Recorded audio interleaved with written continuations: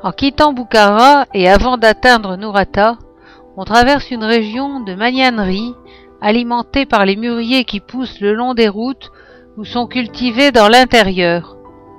On ne les visite pas car les vers à soie sont des souches d'élevage fragilisées par des siècles de sélection et bien trop sensibles aux maladies venant de l'extérieur.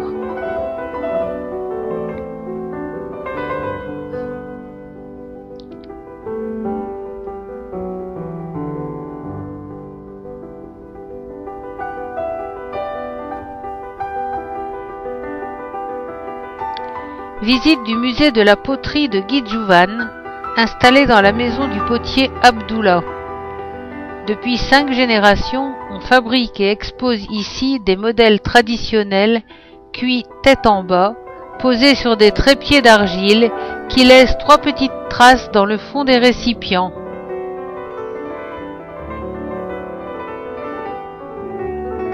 Les motifs de soleil, typiquement zoroastriens, des amphores datant du XIXe siècle et de toutes les tailles, pour les liquides, des bols de réserve avec à l'intérieur une coupole creuse, emplie de pois chiches ou de cailloux pour faire du bruit quand on les secoue.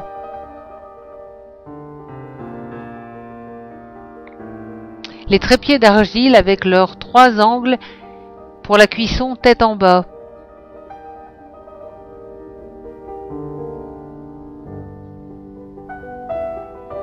Et les 3 traces en triangle. Ce type de vaisselle est impropre à la restauration et ne sert qu'à la décoration.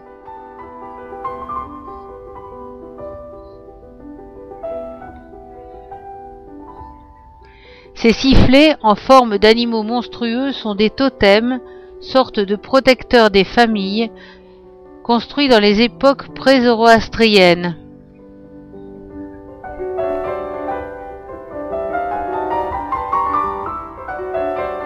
La céramique bleue de Fergana,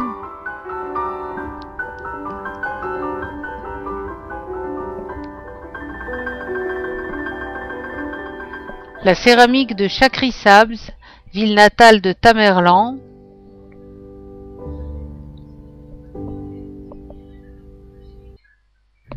la céramique graphique de Samarcande,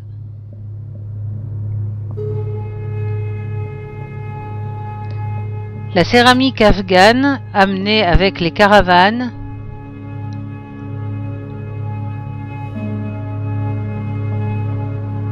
et pour finir un échantillon moderne dans le style pompier russe.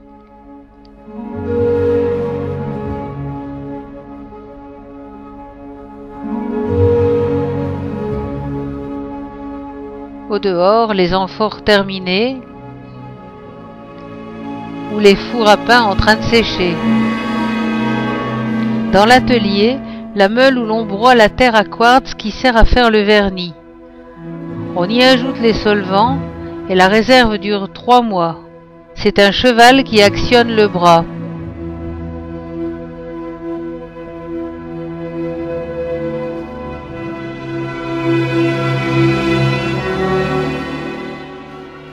Le trou par lequel l'ouvrier empile les pièces dans le four et l'ancien foyer sur le côté. Maintenant on cuit au gaz. Le rayon lumineux par lequel on remonte à la cheminée, simple trou dans le plafond. Un jujubier aux feuilles argentées et brillantes.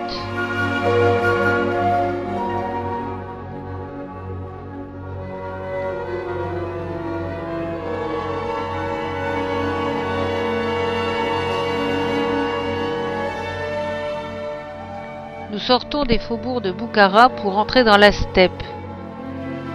Nous sommes encore sur la route de la soie, il y a beaucoup de routes de la soie, direction le nord-est.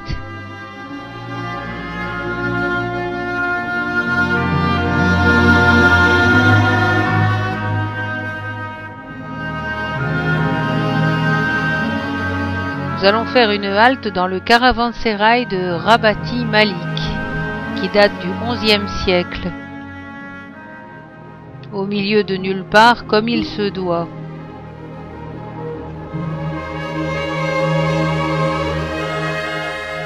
Jusque dans les années 30, les murailles étaient encore relativement bien conservées et l'ensemble ressemblait encore au dessin qu'on nous montre à l'entrée.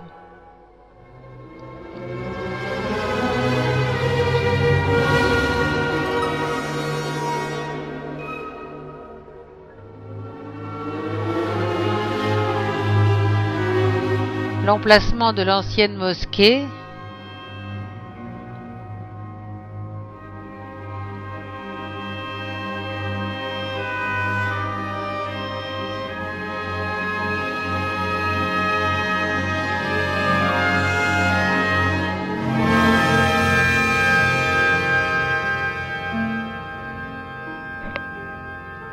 Le mur nu qui date du XIIe siècle, avant l'apparition des décors de céramique bleue.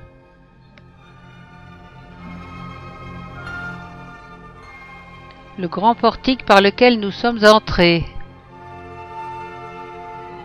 Et en face, de l'autre côté de la route à grande circulation, le puits qui permettait la survie dans le caravansérail, avec son dôme traditionnel de terre cuite qu'on a déjà rencontré au musée de l'eau. Les puits étaient jadis fortifiés autant que les édifices et ils étaient aussi précieux.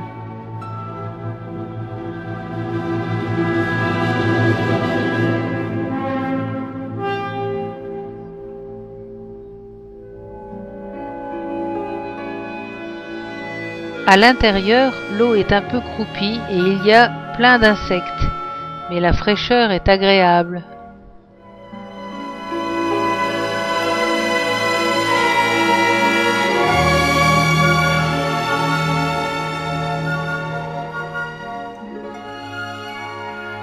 On traverse un désert pierreux, encore un peu vert après les dernières pluies, mais qui marque les contreforts des montagnes lointaines. On s'approche de Nourata, l'ancienne Nour.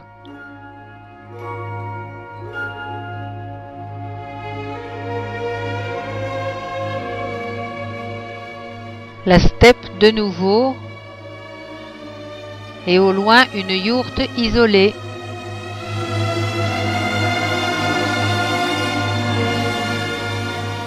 Enfin, Nourata, où se trouve la source miraculeuse Tchachma, encore une, sortie du bâton du prophète Hazrat Ali, gendre de Mahomet.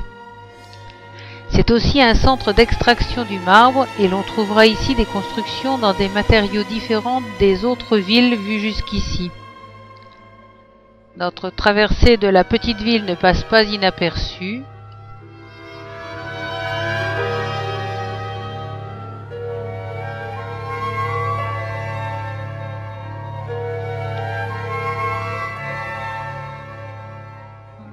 Et voici le premier muret orné d'éclats de marbre.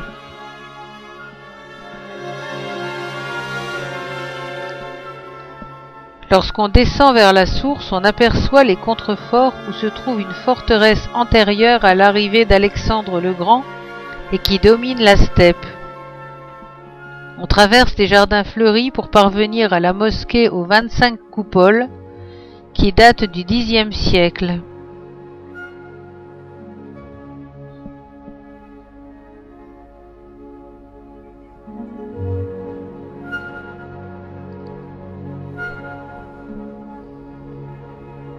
Depuis le porche de la véranda d'été, on aperçoit la petite mosquée récente avec son minaret, en bien meilleur état et qui reste fonctionnel.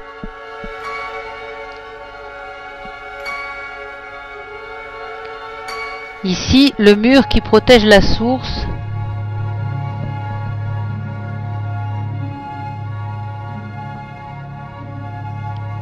Et le ruisselet qui coule vers la ville. C'est un patchwork de différents types de marbre extraits dans la région. Ici, une tombe, sans doute celle d'un des généraux d'Alexandre.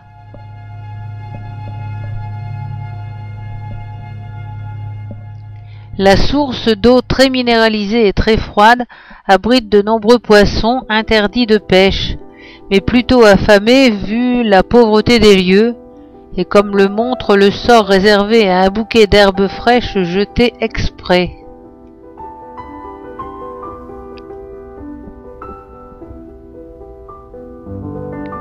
Les poissons ont vu le bouquet avant qu'il ne touche l'eau.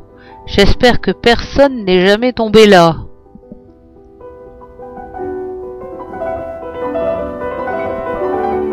Et ici, l'origine de la source, riche en sulfate, potassium, chlorure et magnésium, objet du pèlerinage.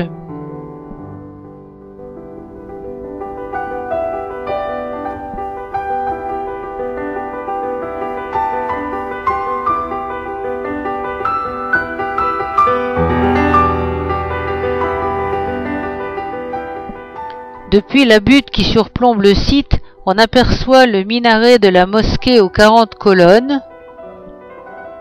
Les 40 colonnes sont à l'intérieur de la mosquée.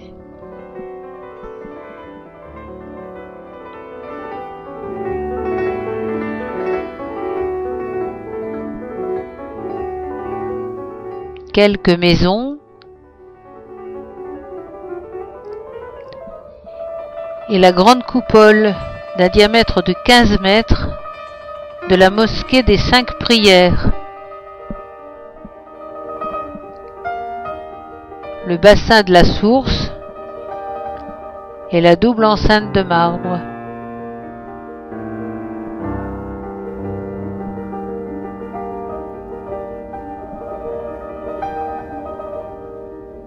Sous les pieds de la forteresse.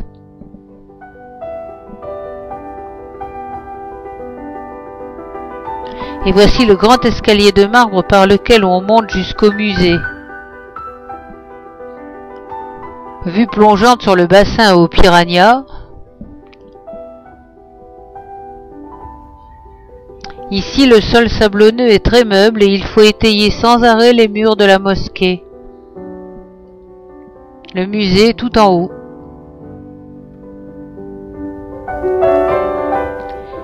Pendant les quelques moments de visite libre, j'admire le travail de sculpture des portes de bois, ciselées et martelées de petits points.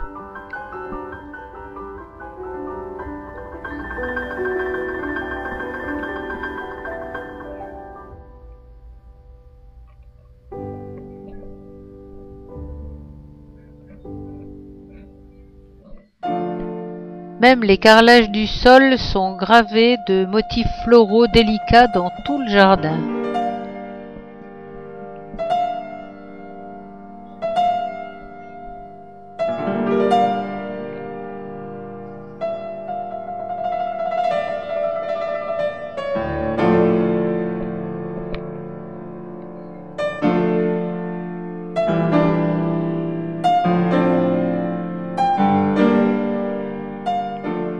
Fleurs sur les carrelages, fleurs dans le jardin.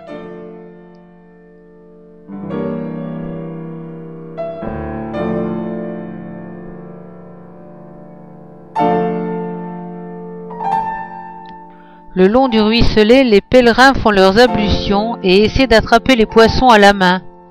Il paraît que ça guérit les maladies des enfants. Ils boivent de l'eau aussi.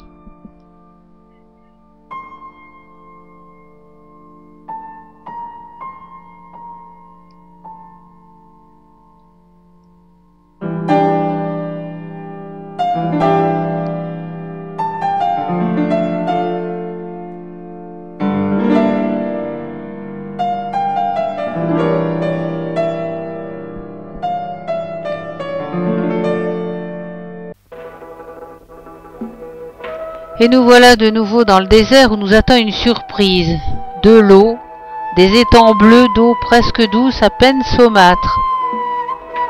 Ici, les crues du Sir Daria construisent année après année un lac interne qui atteint 300 km de long sur 60 km de large. C'est le lac Haïdarkoul.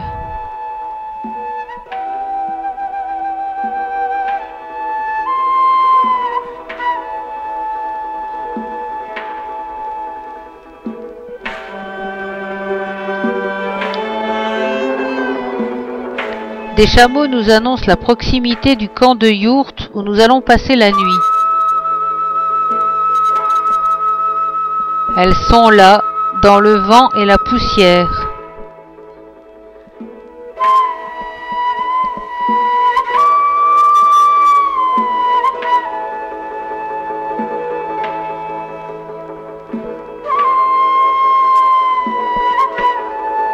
Dans le silence seulement troublé par le vent, il faut maintenant choisir. Nous sommes si peu nombreux, c'est facile.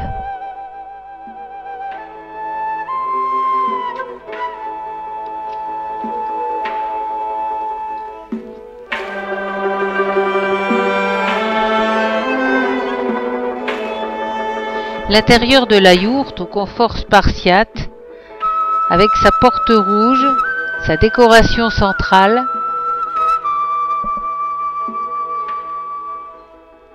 le couchage,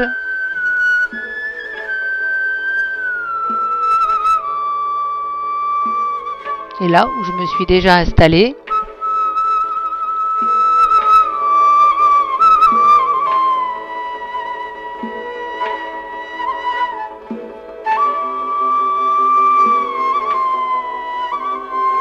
et les pompons porte-bonheur au-dessus de l'entrée.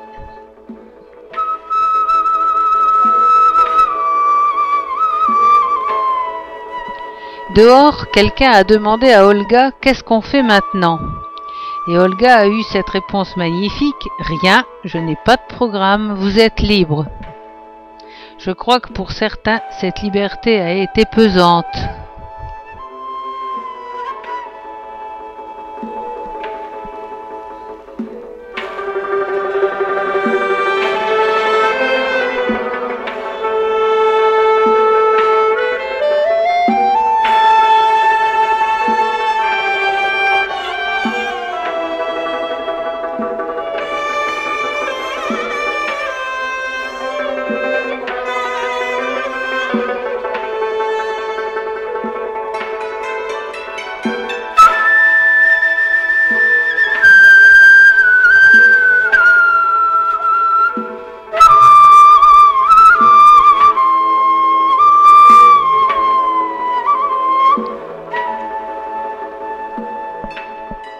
On dirait qu'un feu de camp se prépare, ou bien est-ce le repas?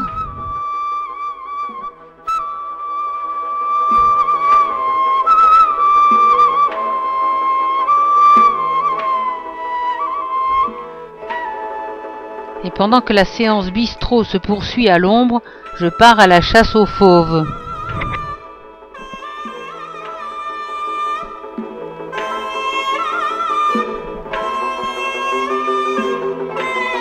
Un lézard bleu, plus rapide que l'œil, et on se fatigue vite à chercher.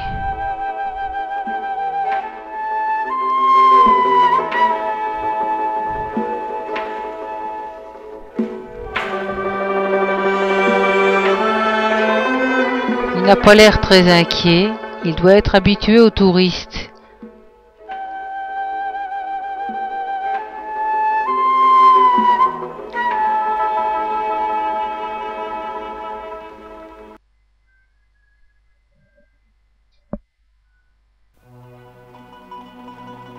Et là, on le voit courir sur deux pattes.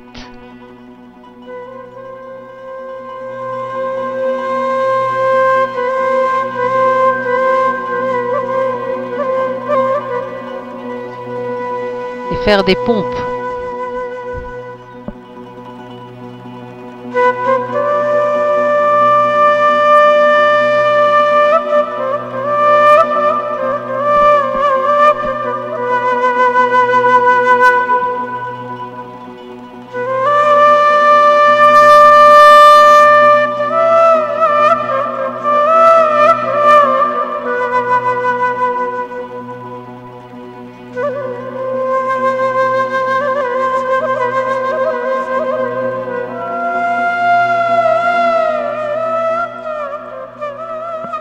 Les chameliers attendent le client.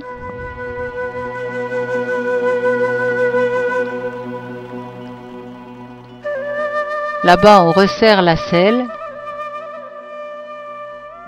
À quoi rêvent les chameaux? Et moi, j'attends de voir ce qui va se passer. La première équipe démarre.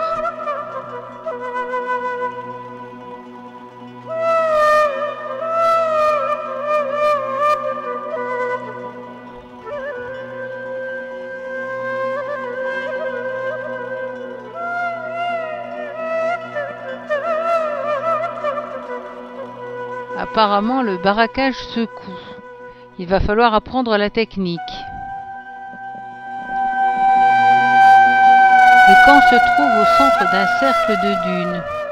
Depuis le haut de la plus proche, on aperçoit la cuisine et le hangar qui sert de salle de réception et de salle à manger.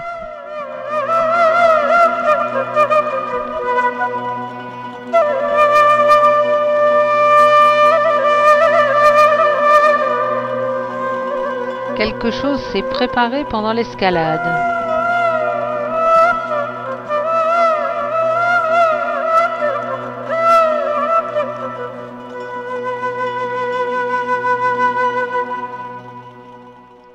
Quelques irréductibles restent au camp, les autres sont éparpillés.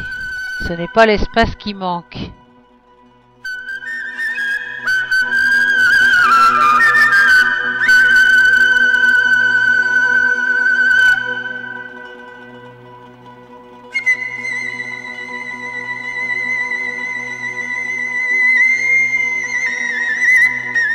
Je suis des traces bizarres.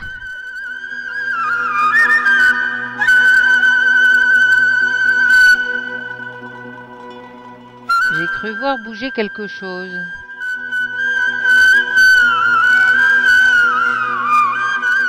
C'est un bousier en train de nettoyer son terrier. Et il faut être patient.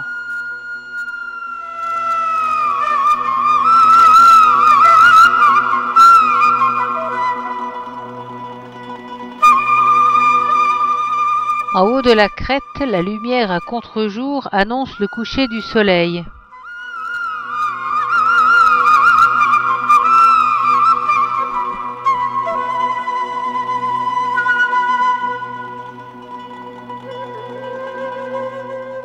En bas, le camp baigne encore dans une lueur rose.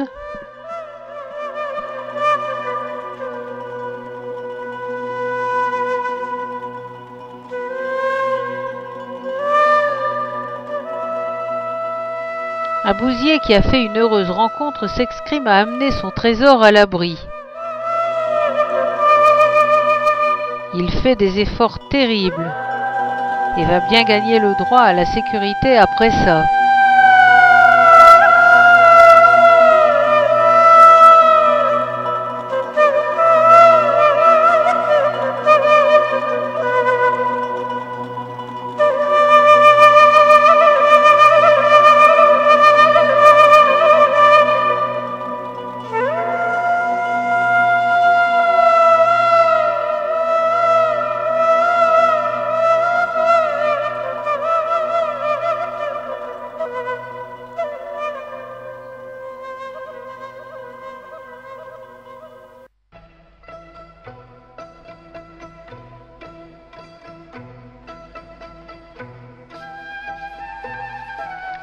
Ici, le tas de bouse.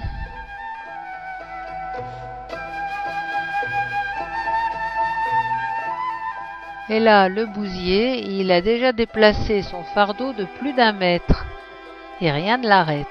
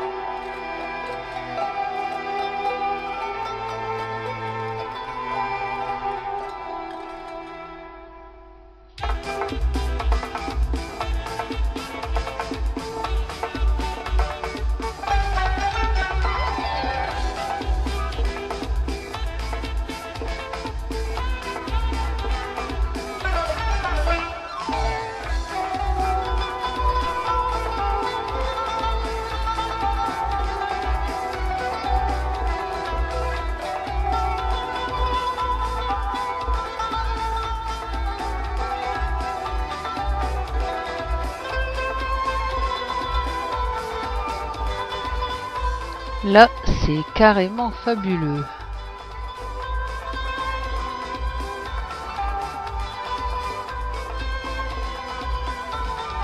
et il a parfaitement calculé pour que ça reste en équilibre. Maintenant, il va creuser la réserve ou enterrer son butin.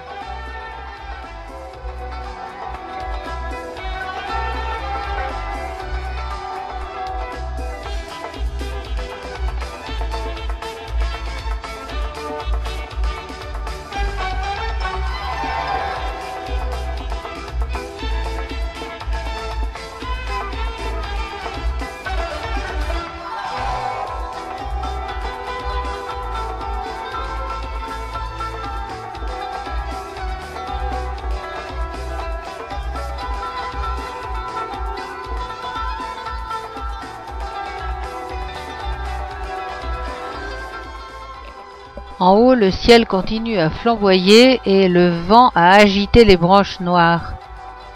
Le bousier se hâte, il doit avoir terminé avant le coucher de soleil.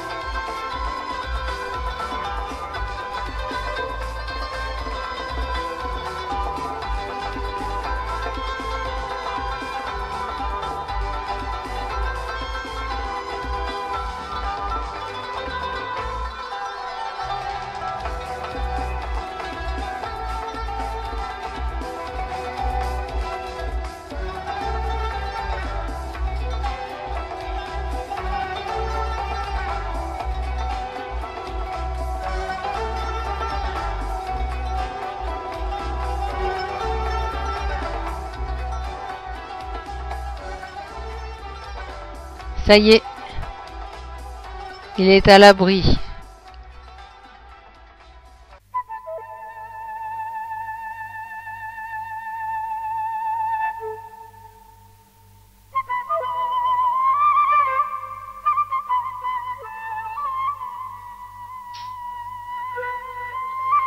Dans le fond du camp, on construit des habitations de briques crues, recouvertes de l'enduit de paille et de boue qui isole si bien de la chaleur l'adobe.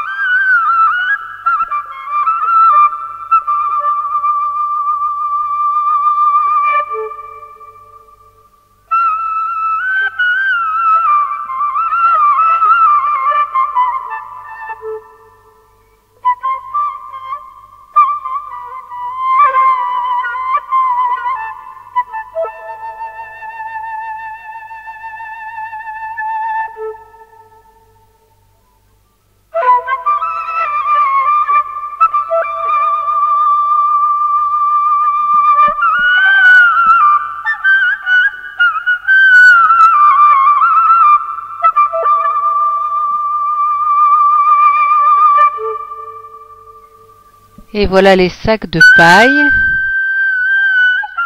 les branchages qui servent pour le toit et la pierre calcaire blanche qu'on broie pour blanchir les murs. Vue du bas, plongée dans une lumière grise, la crête est toujours flamboyante. Et suivant l'endroit où l'on se pose, les jeux de lumière sont fascinants.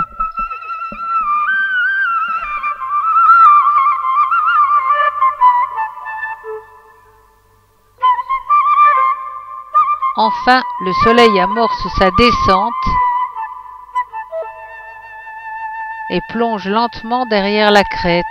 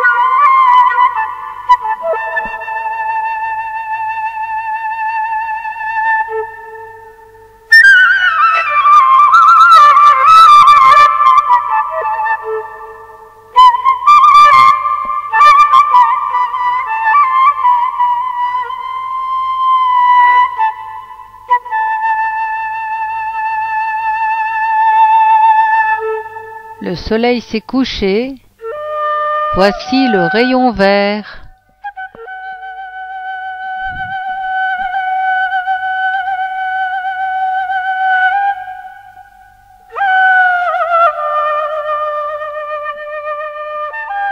Dans la nuit, autour du feu,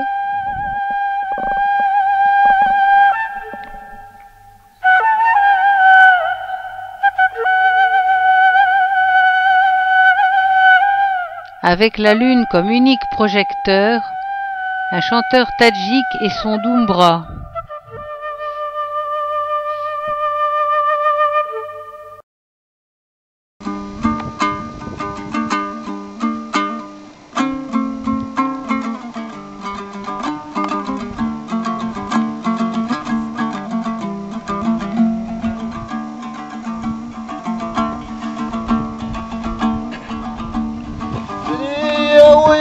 Dursam çolak eken, adamzat bir-birini konak eken.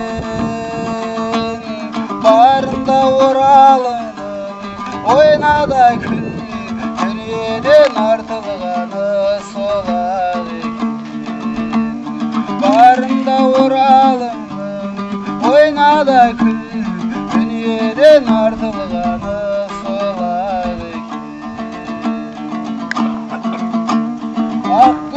kızıl güylek torbum giysen,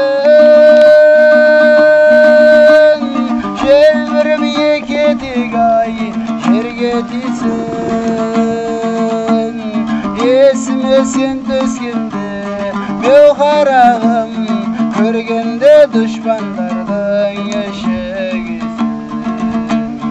Esmesin tüskende bevharağım, körgende düşmanlardan yaşagisin. Basında kiregenin oymak durar, şigetke kideşelik koy baktırar.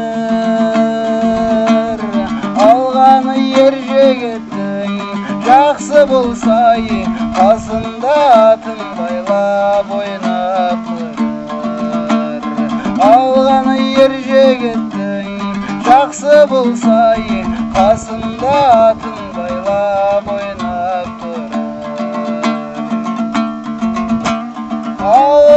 көшіп барар аймағындай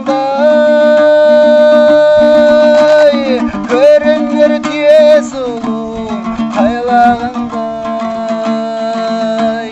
барында оралымын ойнада күн қыз сұлу жігіт көркем бойдағындай барында оралымын ойнада күн қыз сұлу жігіт көркем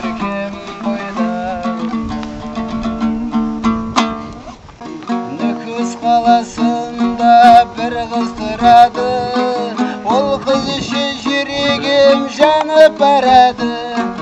Әлде махаббат деген осылай болар, білмедім Жәмила маған ұнады. Әлде махаббат деген осылай болар, білмедім Жәмила маған ұнады. Жәмила, Жәмила, Жәмила.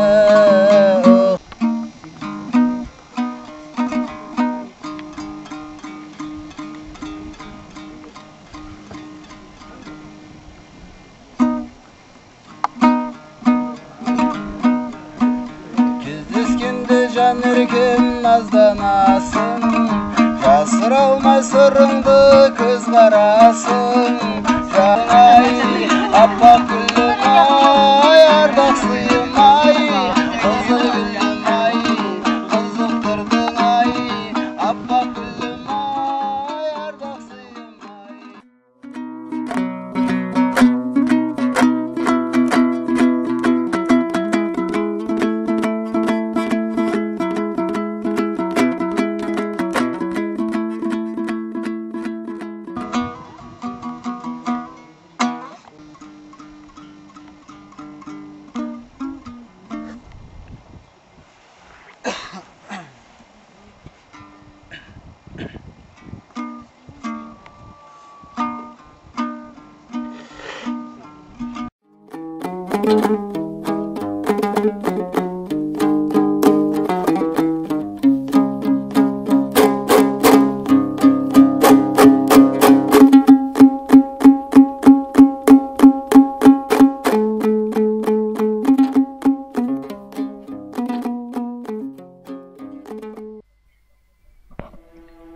Quatre heures du matin.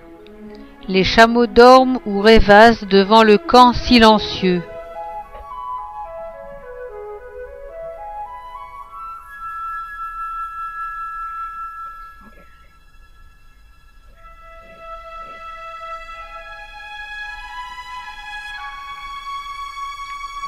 Deux gros oiseaux ont déjà commencé leur quête perpétuelle de nourriture.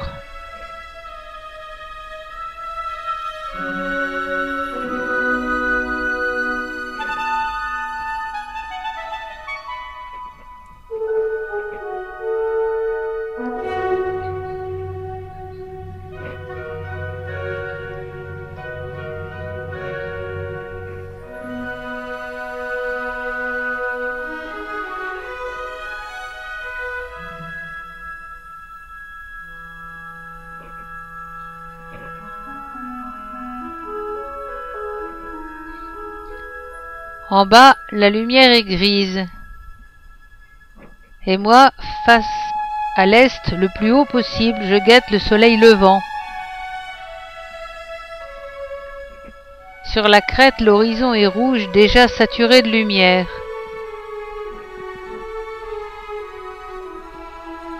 Je cherche l'endroit où le premier rayon va apparaître pendant que le ciel s'éclaircit.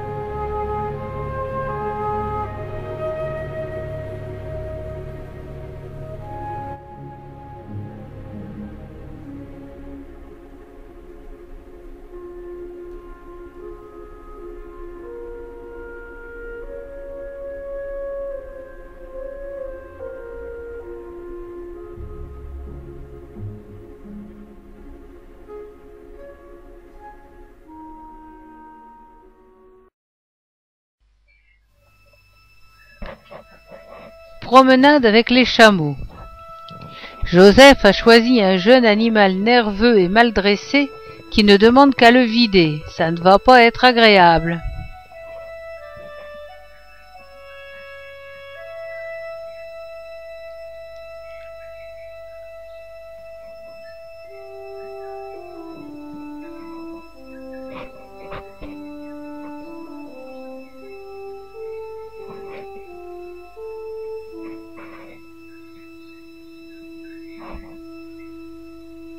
J'ai retenu la leçon et choisi un gros pépère placide.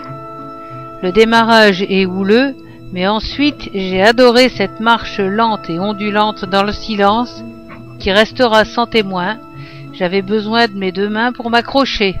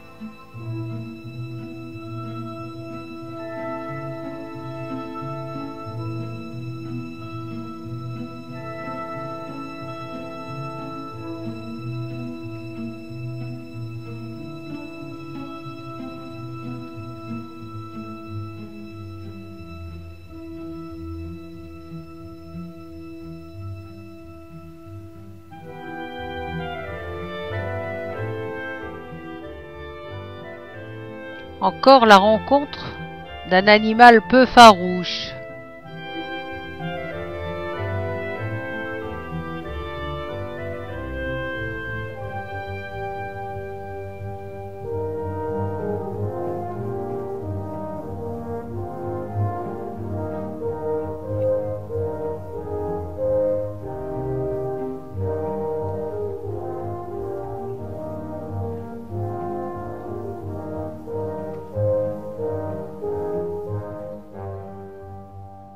On dirait qu'il pose.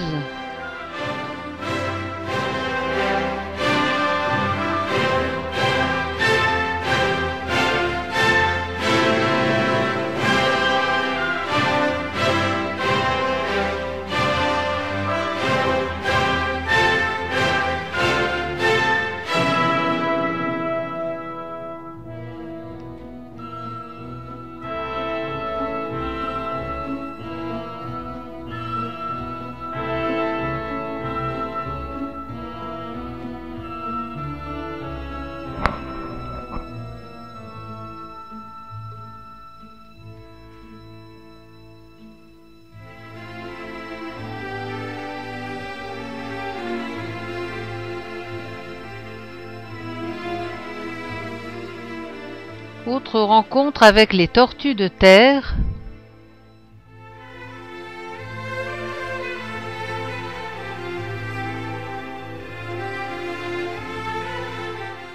Et sur le lac Aïdarkoul, une matinée très agréable à se baigner dans l'eau fraîche et à pique-niquer à l'ombre.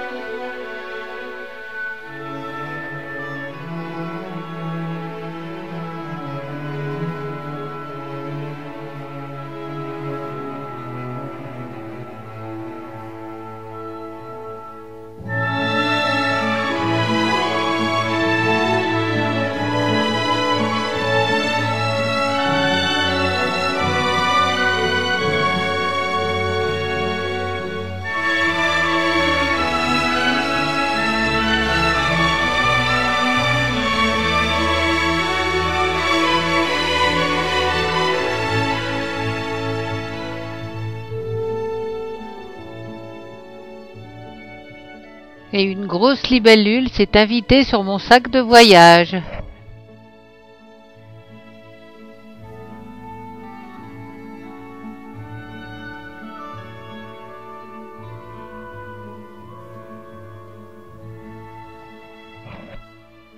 Et nous voilà repartis vers Samarcande cette fois-ci.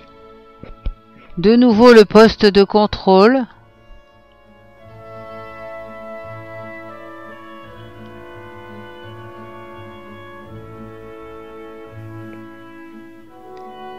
Et les élevages de bœufs et de moutons, Karakoul,